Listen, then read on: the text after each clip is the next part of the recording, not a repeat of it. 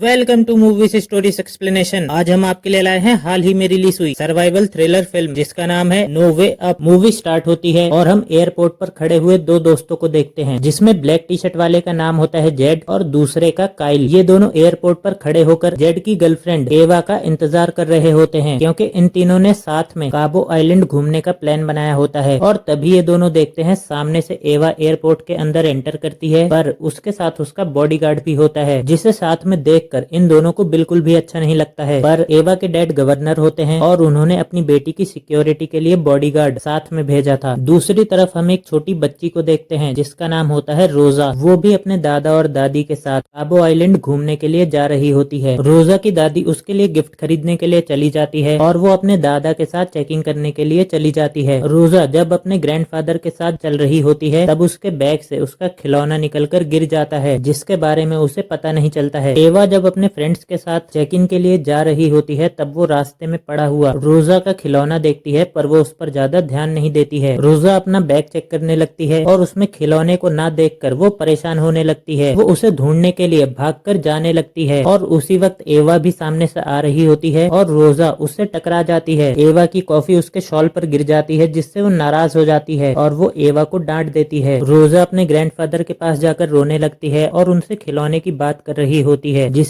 एवा सुन लेती है और उसे ध्यान आता है कि उसने खिलौने को रास्ते में पड़ा हुआ देखा था। एवा रोजा का खिलौना लाकर उसे दे देती है, जिसे पाकर वो बहुत खुश होती है। फ्लाइट चलने का वक्त हो जाता है और सभी पैसेंजर प्लेन के अंदर आकर बैठ जाते हैं। एवा का बॉडीगार्ड आगे वाली सीट पर बैठता है और एवा अपने फ्रेंड्स के साथ पीछे वाली सीट पर चली जाती है और इनका प्लेन टेक ऑफ हो जाता है। उनका प्लेन अचानक से बहुत हिलने लग जाता है, जिससे सभी लोग घबराने लगते हैं। तब पायलट बताता है कि प्लेन से कुछ चिड़िया टकरा गई थी, इसी वजह से प्लेन हिलने लगा है और बाद में प्लेन ठीक हो जाता है। रोजा विंडो से बाहर देखती है तो एरोप्लेन में आग लगना शुरू हो गई थी। वो इसके बारे में अपने दादा और दादी को बताती है। तब वो लोग उसकी सीट बेल्ट टाइट कर लेते हैं, बाद में अपनी भी। सभी पैसेंजर्स घबराने लगते हैं और अपनी सीट बेल्ट को बांधकर बैठ जाते हैं। थोड़ी ही देर में लोहे का एक टुकड़ा उनके एरोप्लेन से टकराता है, जिसके वजह से उनका प्लेन बीच से टूट जाता है, जिसके वजह से एरोप्लेन से बहुत सारे लोग बाहर गिर जाते हैं। उनका प्लेन पूरी ही तरीके से डिसबैलेंस हो चुका था, जिसमें कई लोगों को अपनी जान गंवानी पड़ती है और देखते ही देखते एरोप्लेन जाकर पैसिफिक ओशन में गिर जाता है। एरोप्लेन समुद्र की गहराइयों में जाने लगता है। इस बीच काइल के हाथों में चोट लग गई होती है, जिसका कि उसे एहसास तक नहीं होता है। वो अपने चारों तरफ समुद्र का पानी देखते हैं और पानी उनके प्लेन के अंदर भी एंटर कर जाता है। तो उनका प्लेन जब जमीन पर गिरता है तब उसका पीछे वाला हिस्सा ऊपर की तरफ था और आगे वाला नीचे की तरफ, क्योंकि एवा और उसके दोस्त पीछे की तरफ बैठे हुए थे, इसीलिए वहाँ पर पूरी तरीके से पानी नहीं आ पाया था और वो लोग वहाँ पर सांस ले सकते थे। पीछे की तरफ एक फ्लाइट अटेंडेंट भी बैठा होता है, वो भी इस हादसे में जिंदा बच गया था। वो चारों देखते हैं पानी में कुछ हलचल हो रही होती है। तब आगे से छोटी बच्ची रोजा एवा का बॉडीगार्ड रोजा की दादी को साथ में लाया होता है। उनके लंग्स में पानी भर गया था। तब फ्लाइट अटेंडेंट उन्हें सीपीआर देने लगता है, जिससे थोड़ी देर के बाद उनके लंग्स से पानी बाहर आ जाता है और वो होश में आ जाती हैं। इस वक्त एरोप्लेन में सिर्फ इतने ही लोग जिंदा बचे थे, बाकी सभी पैसेंजर्स की मृत्यु हो चुकी थी। रोजा अपने ग्रैंडफादर के बारे में पूछती है, तब बॉडीगार्ड बताता है कि उनकी भी मृत्यु हो चुकी है। सभी लोग घबराने लगते हैं। तब बॉडीगार्ड बोलता है कि हम एयरलॉक में हैं और यहाँ पर अभी के लिए हम सेफ हैं। अटेंडेंट कहता है कि चिंता की कोई बात नहीं है, प्लेन क्रैश होने से पहले पायलट ने रेडियो पर क्रैश के बारे में बता दिया था। रोजा की दादी का नाम होता है नाना। नाना बताती है कि एक पैसेंजर अपने साथ मेडिकल इमरजेंसी ऑक्सीजन सिलेंडर लाया था, जिससे हमें ऑक्सीजन के लिए कुछ मदद मिल सकती है, पर वो आगे की तरफ होता है। तब एवा का बॉडीगार्ड उस सिलेंडर को लेने के लिए जाने लगता है। नाना उसे कहती है कि अगर उसे उसके हस्बैंड की कैप मिल जाए तो वो उसे भी लेता है। बॉडीगार्ड आगे की तरफ जाता है तो वहाँ पर वो कई लोगों को मरा हुआ देखता है और उसे रोजा के ग्रैंडफादर की कैप मिल जाती है। उसे ऑक्सीजन सिलेंडर भी मिल जाता है और वो उसे लेकर पीछे की तरफ आने लगता है, पर तभी एक शार्क मछली उसके ऊपर हमला कर देती है।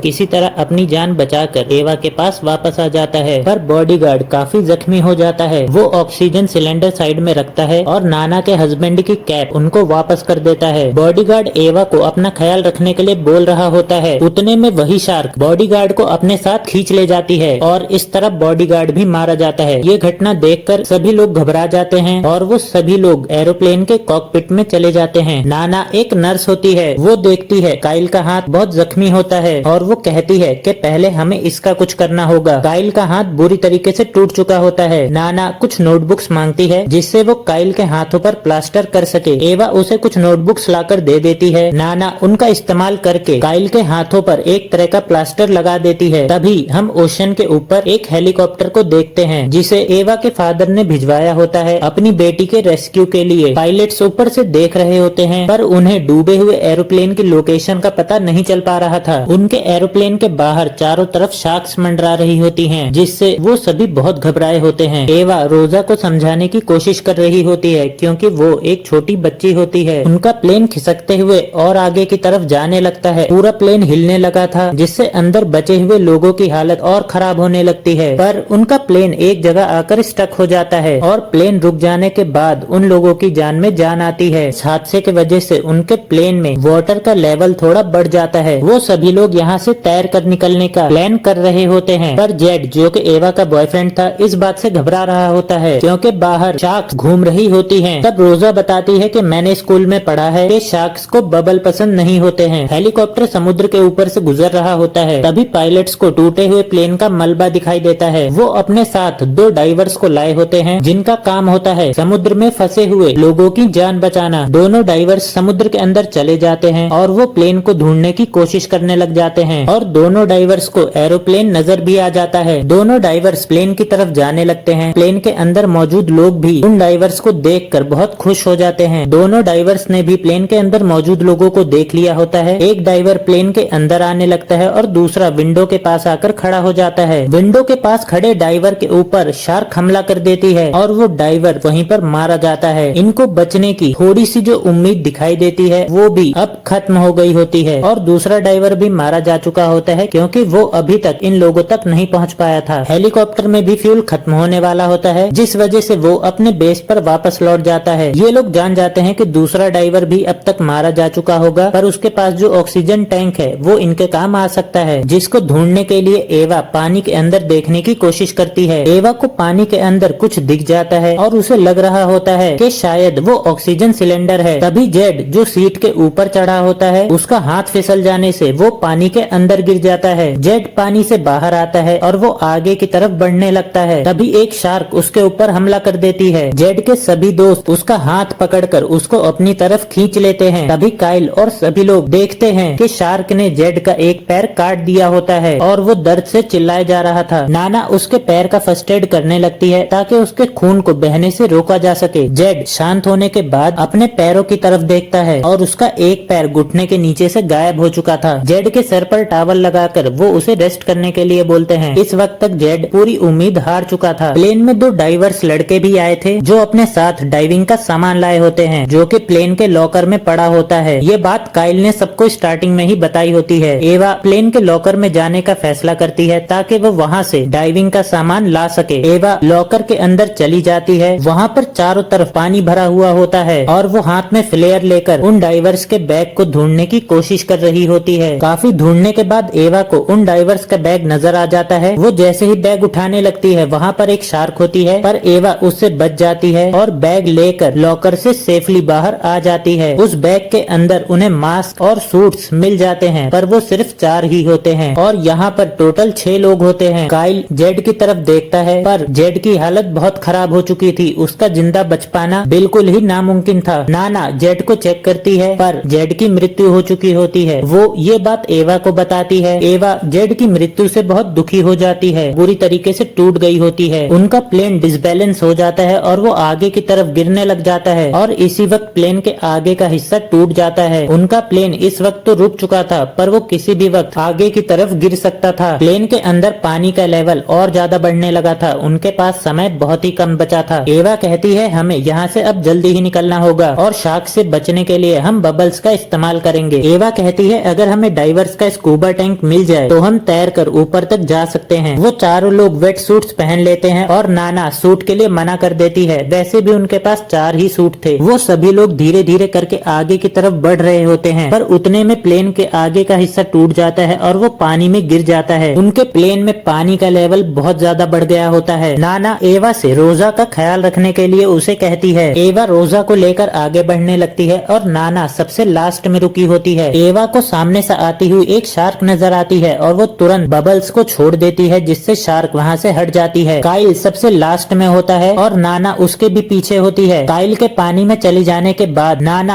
आगे ही नहीं बढ़ती है, वो प्लेन के अंदर ही रुकने का फैसला करती है। अपने हस्बैंड के बिना अब वो भी जीना नहीं चाहती थी और वहाँ पर पानी भर जाने के बाद नाना भी मारी जाती है। काइल नाना को देखकर पीछे की तरफ आ जाता है और वो घबराने लग जाता है। वो कह रहा होता है कि मैं पानी से नहीं निकल पाऊंगा और उतने में ही एक शार्क उसके ऊपर हमला कर देती है और यहाँ पर काइल का भी अंत हो जाता है। एवा को मरे हुए डाइवर का ऑक्सीजन सिलेंडर मिल जाता है, जिससे उनको ऑक्सीजन में तो मदद मिल जाती है, पर एवा देखती है कि अब सिर्फ 3 ही लोग जिंदा बचे हैं। एवा उन दोनों लोगों को आगे की तरफ भेज देती है, पर जैसे ही वो खुद निकलने लगती है उतने में एक शार्क वहाँ पर आ जाती है। एवा अपनी जान बचाने के लिए प्लेन के अंदर चली जाती है और शार्क उसके सामने आ जाती है, पर शार्क का पेट भरा होता है, इसलिए वो एवा को छोड़कर आगे बढ़ जाती है। एवा प्लेन के अंदर ही होती है और प्लेन खाई की गहराई में जाने लग जाता है। एवा अपनी पूरी ताकत लगा देती है और वो तैरते हुए प्लेन के बाहर आ गई होती है और वो डाइविंग सूट में लगे हुए लाइफ जैकेट को खोल देती है, जिससे कि वो ऊपर की तरफ तो चली जाए पर बिना ऑक्सीजन के उतनी ऊपर तक पहुंच पाना एवा के लिए बहुत ही मुश्किल होने वाला था। एवा ऊपर की तरफ तो जा रही होती है पर उसकी सांसें अब तक रुक चुकी होती हैं। समुद्र के सरफेस पर पहुंच जाने के बाद भी एवा बेहोश ही रहती है। ऊपर आने के बाद उसे थोड़ा ऑक्सीजन मिलने के बाद एवा होश में आ जाती है और वो घबराते हुए रोजा को ढूंढ रही होती है। उसे पानी में तैरता हुआ रोजा का खिलौना दिख जाता है और वो ऊपर देखती है 2 हेलीकॉप्टर्स उनके रेस्क्यू के लिए आए होते हैं। एवा हेलीकॉप्टर से लटकी हुई रस्सी को पकड़ लेती है। ऊपर जाने पर उसे हेलीकॉप्टर के अंदर फ्लाइट अटेंडेंट दिखता है और साथ ही उसे अंदर रोजा भी दिखाई देती है। रोजा को देखकर एवा बहुत खुश होती है। रोजा एवा से जब नाना के बारे में पूछती है तब एवा उसे बताती है कि वो अब नहीं रही। रोजा रोते हुए एवा के गले लग जाती है और हेलीकॉप्टर उन तीनों का रेस्क्यू करके उन्हें अपने बेस की तरफ ले जाने लगता है और इसी सीन के साथ ये मूवी यहाँ पर खत्म हो जाती है। आपको ये सर्वाइवल थ्रिलर मूवी कैसी लगी आप कमेंट सेक्शन में बता सकते हैं और अगर आपको मूवी पसंद आई हो तो मूवी को लाइक एंड चैनल को सब्सक्राइब भी कर सकते हैं। धन्यवाद।